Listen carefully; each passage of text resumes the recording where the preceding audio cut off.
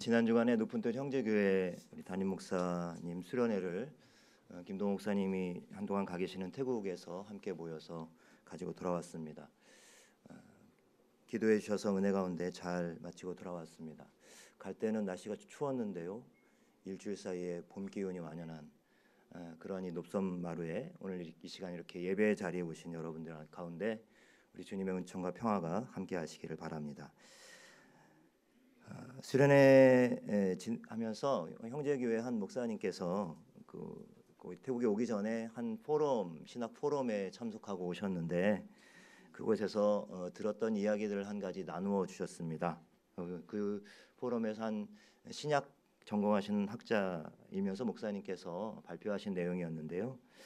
요즘 한국 교회의 갱신과 회복을 외치면서 작년이 500주년 우리 종교개혁 기념을 하는 그러한 의미 있고 뜻깊은 해였지 않습니까?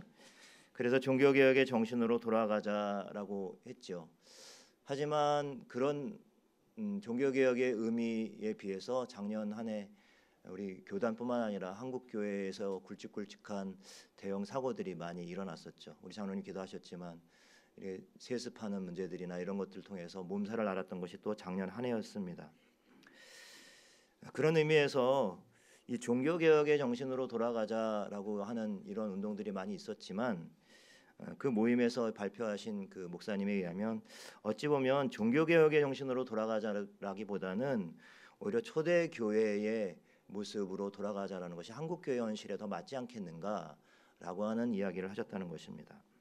여러분, 종교개혁 시대는 어찌되었던 부패하고 타락했던 이 카톨릭의 저항에서 개신교라고 하는 개신교가 태동한 역사적인 하나의 전환점이 된 것이 분명하지만 그 시대에는 적어도 기독교의 오랜 기독교의 문화, 이런 기독교의 정신과 가치들이 오히려 시대와 사람들을 이렇게 지배하고 있었던 그러한 시대였다고 하는 것이죠.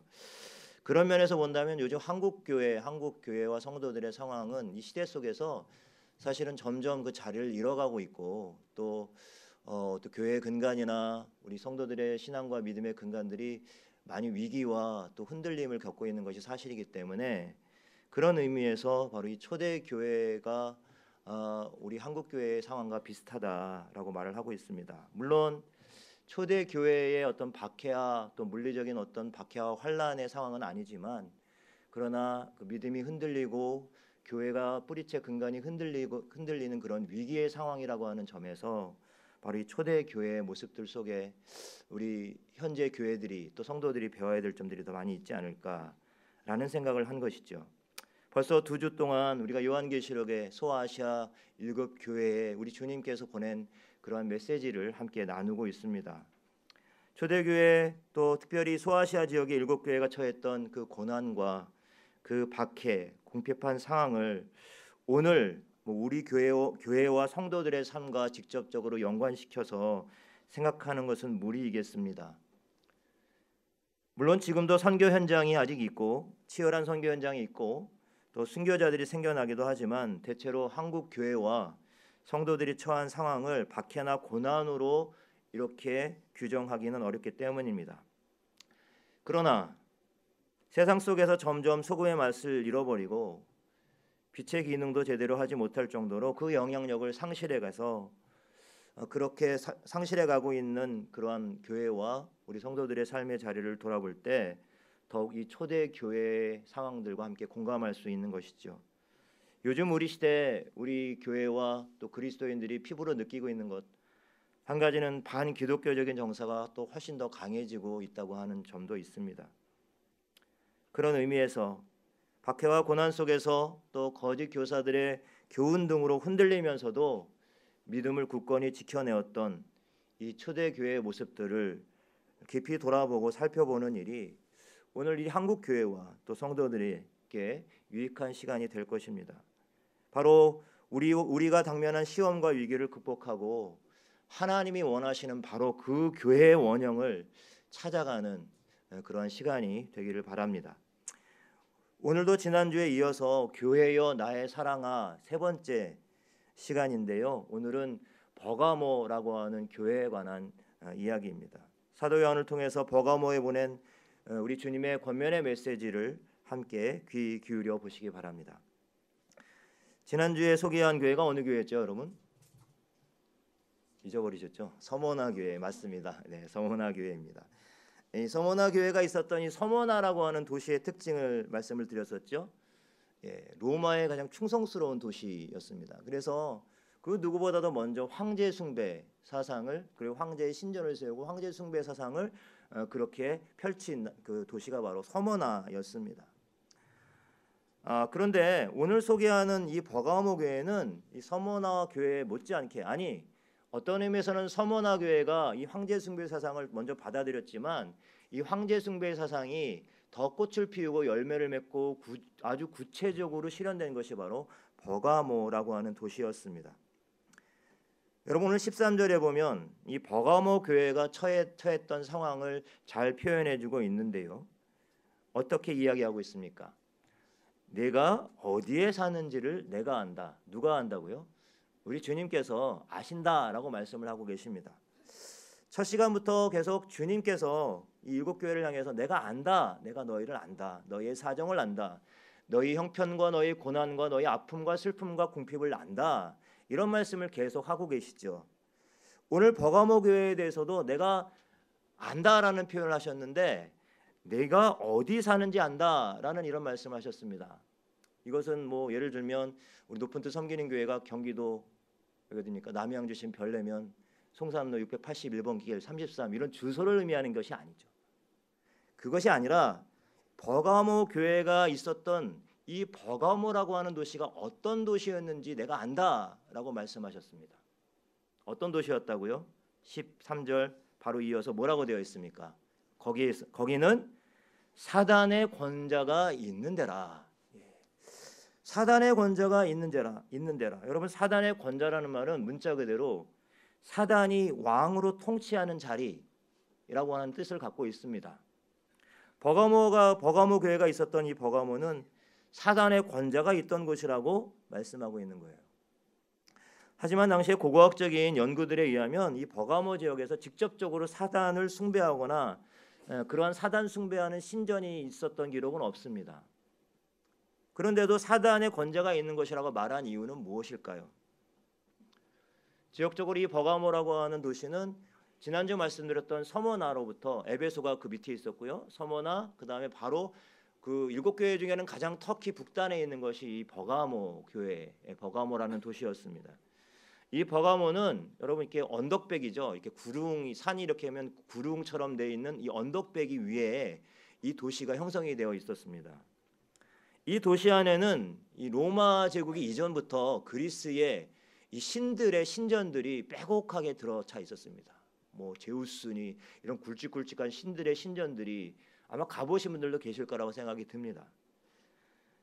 그런데 이 그리스가 나중에 이 로마 제국에 의해서 멸망을 당하죠. 그래서 이 로마 제국이 그리스를 무너뜨리고 나서 이 그리스의 어마어마한 신전들을 보면서 그 황제들이 이런 생각을 한 것입니다. 내가 바로 나를 신으로 세운다면 저 그리스의 신전들처럼 그런 황제의 신전을 세워야 되겠다. 그래서 이 로마 시대 이후에는 이 버가모라 이 소아시아 지역에 이 그리스 신전뿐만 아니라 황제의 신전들도 곳곳에 세워지게 되었는데 바로 이 버가모의 황제의 신전들이 많이 생겼다고 하는 것입니다. 로마가 그리스를 정치적으로는 무너뜨렸지만 그러나 우리가 그리스 로마 문화 이렇게 말을 하죠. 그 이유는 문화와 예술과 종교 모든 면에서 그리스가 이 로마를 지배했기 때문입니다. 그러니까 그리스의 신전을 따라서 황제의 신전들을 많이 짓고 또 거기서 다양한 우상을 숭배하는, 결국 다 우상이잖아요. 그런 우상을 숭배하고 오늘 말씀에는 행음하는 일들이 있었다. 뭐 그 신전들에 여사제들이 있어서 여사들이 여러분 공식적으로 성창이라고 그러죠. 몸을 파는 것이 종교적인 행위로 그렇게 받아들여졌던 그런 곳이었습니다.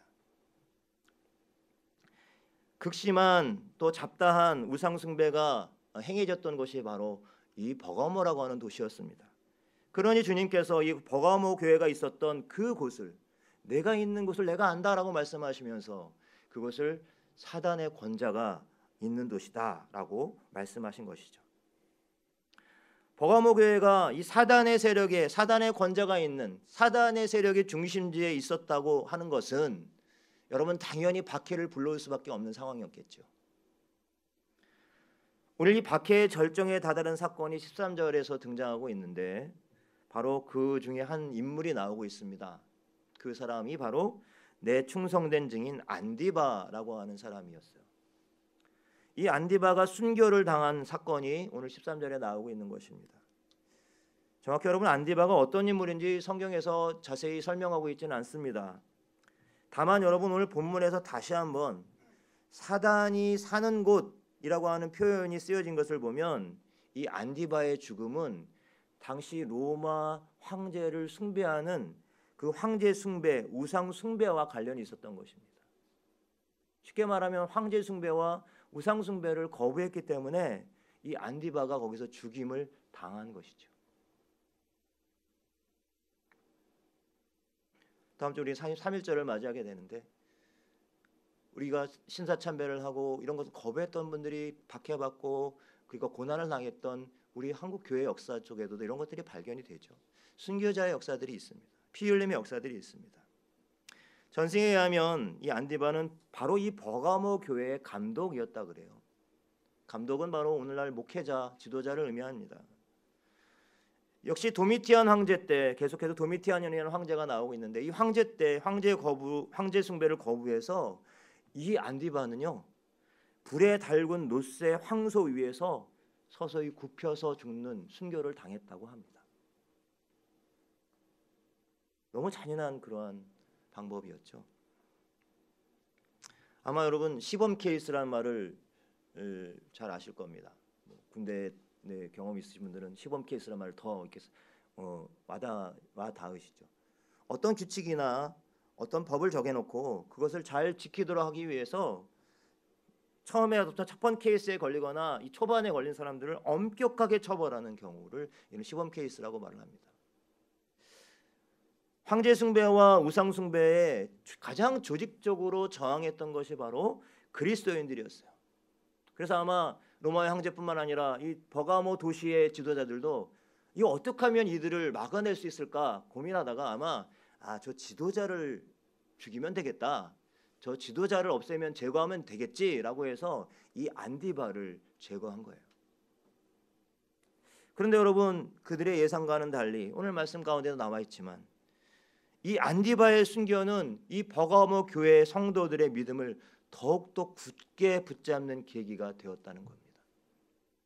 죽음의 위협이 조여들어온 상황 속에서도 흔들림 없이 신앙과 믿음을 지켜내었던 것이죠.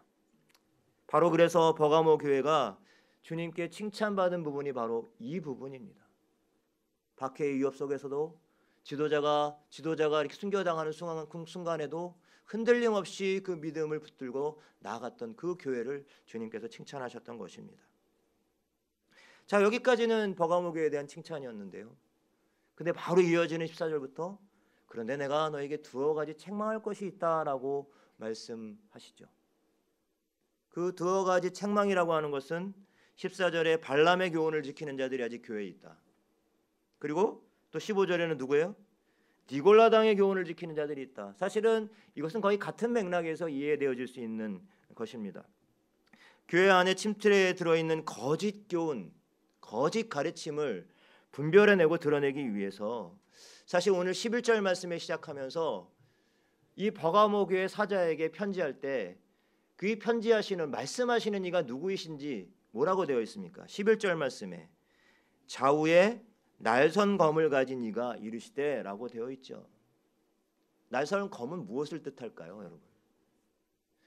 원래 이 날선 검이라고 하는 말이 여기 쓰여진 이유는 당시 이 로마의 특징, 로마가 가지고 있었던 그 특징과 연결되어져서 생각해 볼 수가 있습니다.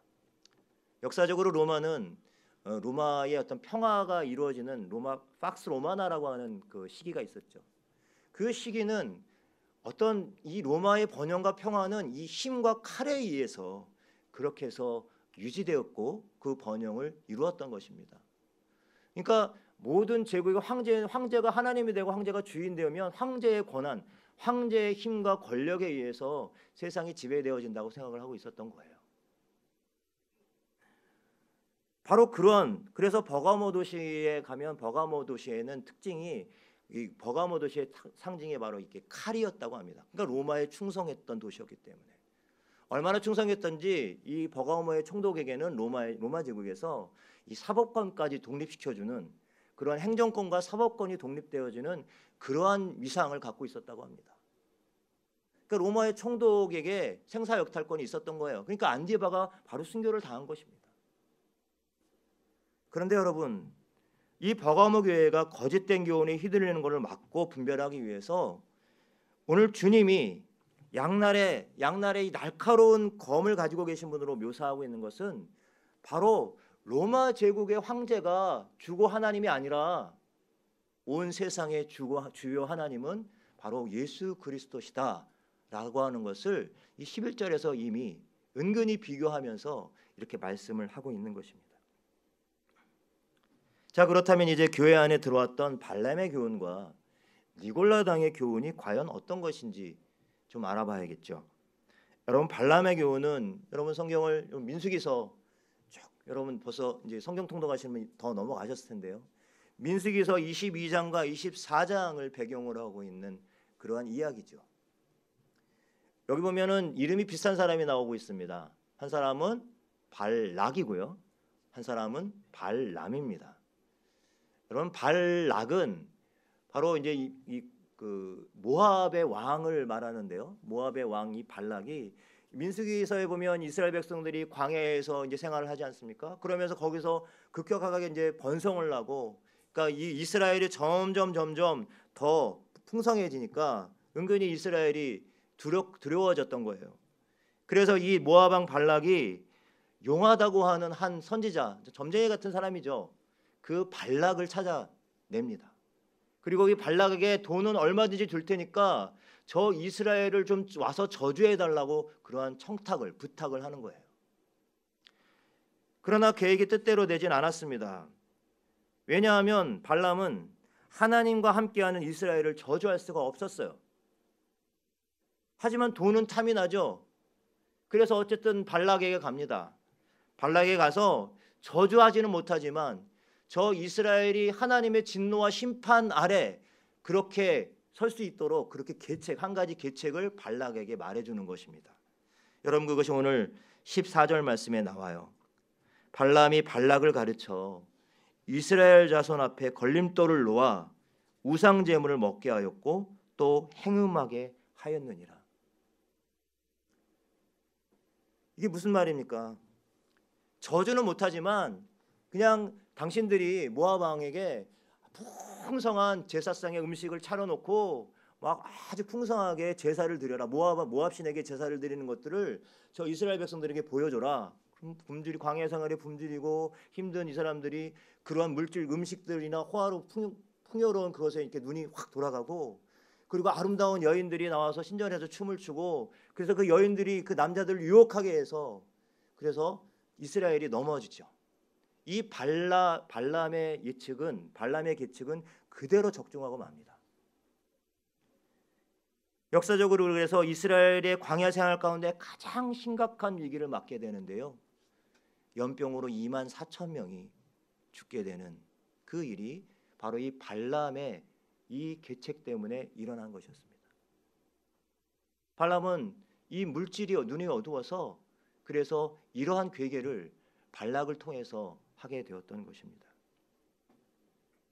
또한 이 발람의 교훈이라는 것은 그래서 버가모 교회에 들어왔다. 이 발람의 교훈이 버가모 교회에 들어왔다고 하는 것은 사람들이 죄에 대해서 둔감해지고 세상의 가치에 타협하는 이들이 점점 교회 안에서 더 많이 생겨났다라고 하는 것을 의미하고 있는 것입니다.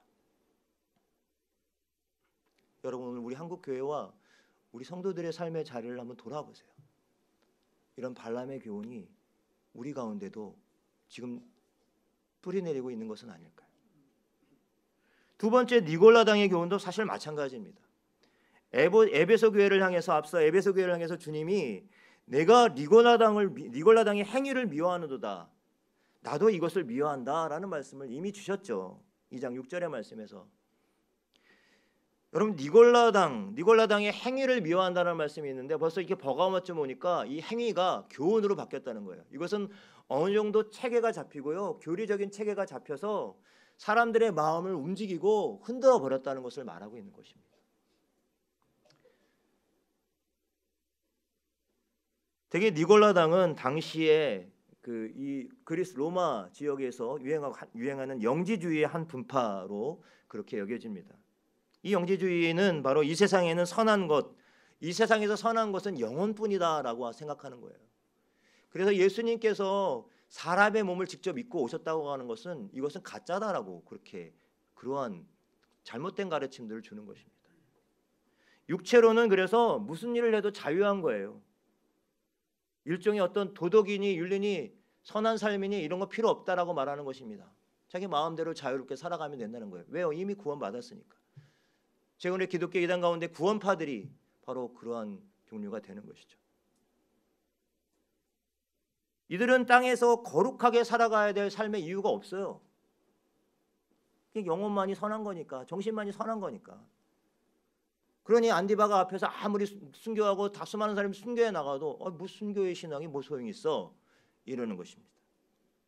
그러면서 당시에 로마가 이렇게 요구하고 있던 황제 숭배나 우상 숭배, 물질 숭배도 그냥 아무렇지 않게 그렇게 받아들이면서 그렇게 믿음의 생활이라고 하는 것, 신앙의 생활이라는 것을 타협하면서 했던 것입니다.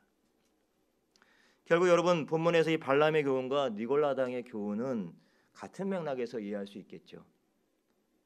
두 가지 교훈이 가진 공통점은 무엇이겠습니까? 그것은 한마디로 말하면 적당히 믿는 신앙입니다. 적당히 믿는 신앙, 껍데기 신앙이라고 할 수가 있겠죠. 겉만 이렇게 번지르한 신앙인 거예요. 참 두렵지만 사실은 우리가 참 이 부분이 매력적일 수도 있어요. 보여지는 면들만 경건해 보이고 거룩해 보이면 이런 소리 듣잖아요. 그분 참 믿음 좋네. 그분 참 신앙 좋네. 이런 말 듣지 않습니까? 황제를 나의 주 나의 하나님으로 부르지 않으면서 박해와 고난과 실질적인 궁핍 가운데 놓여 있던 그러한 교회가 또 안디바와 같은 순교자가 나와서 교회 신앙을 그렇게 지켜냈지만 한편에서는 그냥 적당히 타협하는 이들이 점점 생겨났다고 하는 것입니다. 여러분 여기서 중요한 교훈을 우리는 하나 알 수 있습니다. 교회를 무너뜨리는 것은 어떤 외부로부터의 박해나 고난이 아니라는 거죠. 뭡니까? 바로 교회 안에서 그냥 적당히 안주하고 적당히 믿는 신앙이 오히려 교회를 무너뜨리고 주님의 몸을 무너뜨린다고 하는 거예요. 이런 신앙은 어디로부터 오는 것일까요? C.S. 루이스라고 하는 유명한 위대한 기독교 변증가는 이런 말을 했습니다. 우리는 예수님께서 단순히 도덕 선생으로 간주되셨던 적이 한 번도 없었다는 사실에 주목해야 한다. 예수님은 자신과 실제로 만난 모든 사람에게 그런 영향을 끼치지 않으셨다. 무슨 말이에요? 나는 도덕 선생이야. 그렇게 도덕 선생으로서 영향을 끼치지 않았다는 거예요. 그분이 사람들에게 끼친 영향은 주로 다음 세 가지였다. 증오, 두려움, 혹은 경배. 그분을 만나고 그분을 그런대로 괜찮다고 평가하는 사람은 한 사람도 없었다. 적당히 안주하고 적당히 믿는 신앙은 바로 우리가 믿는 하나님을, 우리가 믿는 예수님을 그냥 적당히 좋은 분 정도로 우리가 받아들이고 있다고 하는 증거죠.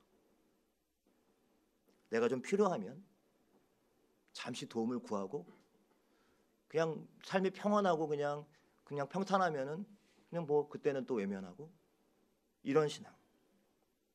사실 그런 대로 괜찮은 그러한 하나님, 그런 대로 괜찮은 예수님을 믿고 따라가는 것은 어찌 보면 굉장히 매력적으로 보일 수도 있습니다. 삶의 중요한 순간에 마법 램프의 요정처럼 그때그때 나타나서 뭔가 반짝 위력을 발휘해주는 그런 예수님, 그런 대로 괜찮은 분 아니신가요? 쓸만하네, 믿을만하네, 이런 말을 할 수 있잖아요. 때로 우리의 삶이 어떤 어려움, 특별한 순간, 하나님의 도우심이 필요한 순간들이 분명히 있기 때문에 물론 이런 고백을 우리가 삶 속에서 할 수는 있어요. 하지만 경계해야 될 부분이 무엇일까요? 여러분, 하나님과 예수님과 성령님, 하나님은 우리가 만들어낸 신이 아니에요. 바로 우리가 하나님께서 창조하신 피조물이라고 하는 사실을 우리가 기억해야 되는 거죠. 내 삶의 주인이 내가 아니라 하나님이라고 하는 사실을 우리가 잊지 말아야 된다는 거예요.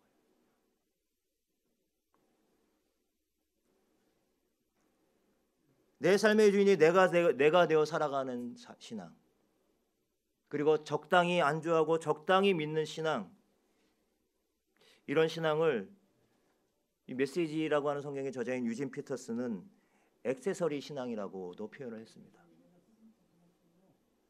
여러분, 이 액세서리라고 하는 액세서리, 여러분 여자분들이 뭐 남성들도 많이 하고 다니시지만 이 액세서리를 하고 다니시면 가끔 이렇게 떼었다가 붙였다 하시잖아요. 그렇죠? 필요할 땐 붙여요. 하지만 물론 주무실 때도 하고 계시는 분들 계시지만 되게 힘드시잖아요. 그땐 떼어 넣잖아요. 몸이 아니니까요. 신앙도 마치 그렇게 신앙생활하는 것이 바로 액세서리 신앙이라는 겁니다. 다른 사람들 앞에서 교회 와서는 모든 면에서 경건하고 모범적인 신앙인으로 보이지만, 하지만 정작 일상의 삶 속에서는 도무지 그리스도인으로서의 삶의 모습이나 또 선교적인 삶의 내용을 전혀 찾아볼 수 없는 그런 모습이 바로 액세서리 신앙이죠. 우리들이 주님을 나의 주 나의 하나님으로 고백하면서도 실제의 삶에서는 내가 주인이 되어서 살아가는 삶이 바로 발람의 교훈과 니골라당의 교훈을 쫓아 살아가는 삶이라고 하는 것입니다. 여러분, 버가모 교회 가운데 있었던 발람의 교훈과 니골라당의 교훈은 오늘 우리 시대의 교회, 또 바로 오늘 저와 여러분의 삶의 자리에도 여러분이 이미 깊숙이 들어와 있습니다.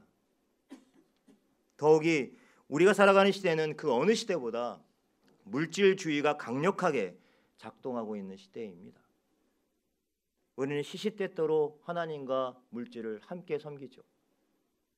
때로는 물질에 더 치우칠 때도 솔직히 있습니다. 교회에 다니는 것이 마치 인생의 허전함을 달래기 위한 일종의 여가로 취급되어지기도 하죠. 여러분, 왜 이럴까요? 우리의 연약함 때문입니다.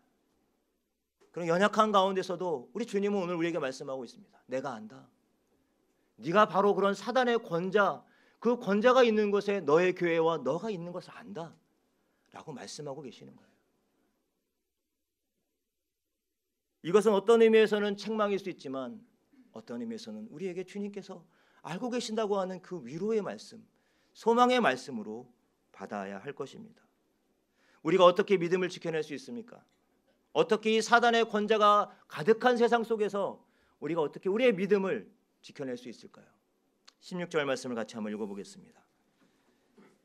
그러므로 회개하라. 그리하지 아니하면 내가 네게 속히 가서 내 입의 검으로 그들과 싸우리라. 아멘. 회개하라. 회개하라.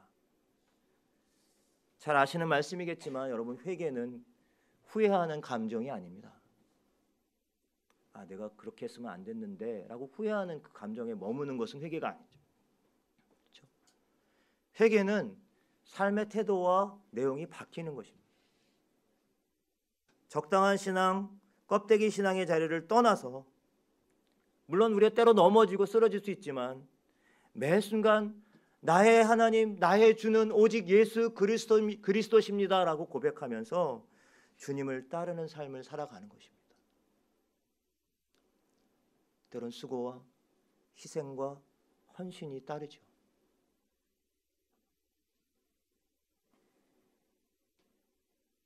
역사의 최종의 심판은 여러분 로마의 황제가 아니에요. 이 세상의 군주나 이 세상의 지도자가 아니에요. 누구신가요? 바로 나의 주 나의 하나님, 오직 예수 그리스도십니다. 우리 신앙의 위기는 뭐 대단한 고난이나 박해가 있어서 위기가 아니라 우리의 삶의 내용이 변화되지 않고 아까 말씀드린 것처럼 예수 그리스도를 그런대로 괜찮은 정도로만 믿고 살아가는 삶 그 자체가 신앙의 위기이고 한국 교회의 위기인 줄로 믿습니다. 그런 위기 가운데 있는 오늘 우리들에게, 아니 이 버가모 교회 성도들에게 주님께서는 마지막으로 이제 처음에 칭찬을 해주시고 그 다음에 책망이 이어졌는데 이 버가모 교회를 향해서는 세 번째 약속의 말씀이 주어져요. 여러분 이 말씀이 굉장히 중요합니다. 17절 말씀을 같이 한번 읽어보겠습니다. 시작. 귀 있는 자는 성령이 교회들에게 하시는 말씀을 들을지어다. 이기는 그에게는 내가 감췄던 만나를 주고 또 흰 돌을 줄 터인데 그 돌 위에 새 이름을 기록한 것이 있나니 받는 자 밖에는 그 이름을 알 사람이 없느니라. 아멘. 마지막 이 시험을 이기는 자, 적당히 믿고 살아가는 발람의 교훈과 니골라당의 교훈을 이겨내는 사람, 그런 사람들에게 주님께서 약속하신 것은 오늘 두 가지가 나오는데요. 한 가지는 첫 번째는 무엇입니까? 감추어진 만나를 주실 거다. 요한계시록에는 이렇게 좀 이 상징을 잘 우리가 해석해내야 될 필요가 있어요. 근데 여러분 이 감추어진 만나라고 하는 것은 이 만나가 뭐죠, 여러분? 이스라엘 백성들이 광야 생활 속에서 먹을 것이 없었을 때 하나님께서 이스라엘 백성들에게 주어졌던 그런 뭐 이 밀가루 같이 생긴 거 그런 거 이게 만나였잖아요. 그렇죠? 이 만나가 나중에 이 모세의 법궤 가운데 들어가죠. 모세의 지팡이하고요, 돌판과 이 만나 항아리가 모세의 법궤 안에 그 간수되어진다고 되어 있죠. 간수되어진다는 게 감추어졌다는 그런 뜻이기도 합니다. 이 감추어진 만나는 사실은 궁극적으로 요한복음 6장에 있는 것처럼 예수님께서 자신을 뭐라고 표현하세요? 나는 하늘에서 내려오는 떡이다.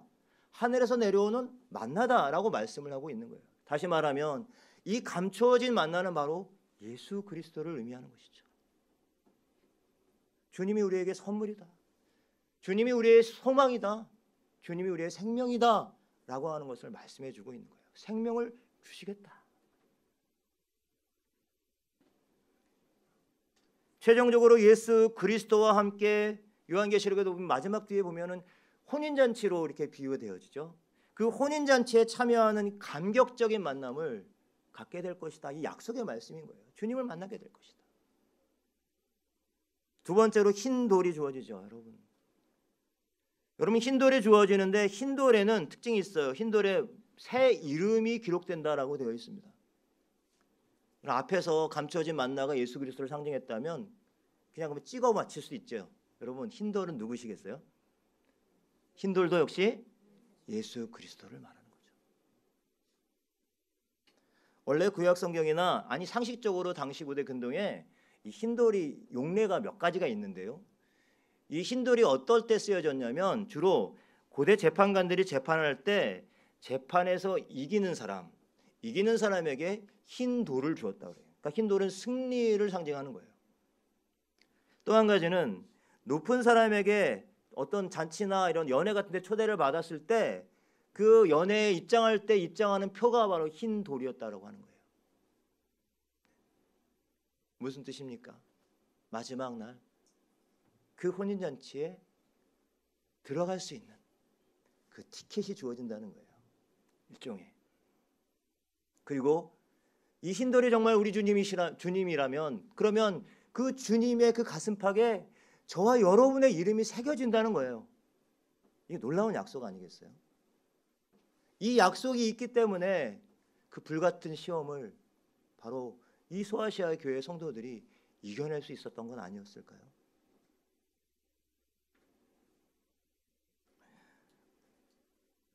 초두에 말씀드렸지만 오늘 본문은 우리가 살고 있는 바로 이곳이 우리 그리스도인들이 살아가는 이 세상이 버가모와 같이 사단의 권자가 가득한 세상이라고 말씀하고 있습니다. 온갖 물질과 욕망에 사로잡혀 하나님 나라를 위한 아무런 희생과 헌신도 없이 적당히 신앙생활하는 것이 바로 발람의 교훈이고 니골라당의 교훈임을 여러분 기억하시기 바랍니다. 우리의 욕망을 부추기는 거짓 우상들과 거짓 교훈에 속지 말고 여러분 부단히 싸워 이겨내시기 바랍니다. 물론 우리는 연약합니다. 쓰러질 수밖에 없습니다.